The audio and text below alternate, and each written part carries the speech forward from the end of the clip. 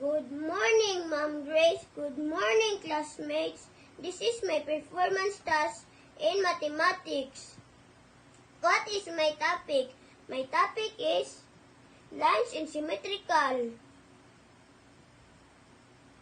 A line is a one-dimensional figure which has length but no width.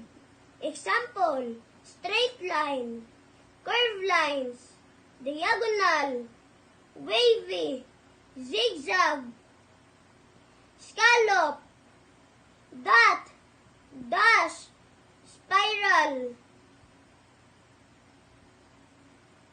Example, things found at home. Straight line, pencil. Square, cotton bud.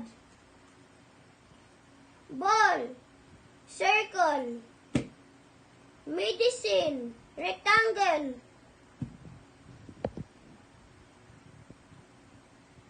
Leaves, zigzag. Symmetrical, having two parts that exactly similar either when one half in a mirror or when one can take the place of another if it is turned 90 degrees or 180 degrees. Example, rectangle, star, triangle, arrow, happy face, sunflower, apple, arrow, butterfly, flower, heart, house, ladybug, and airplane. Example of symmetrical. First, pyramid.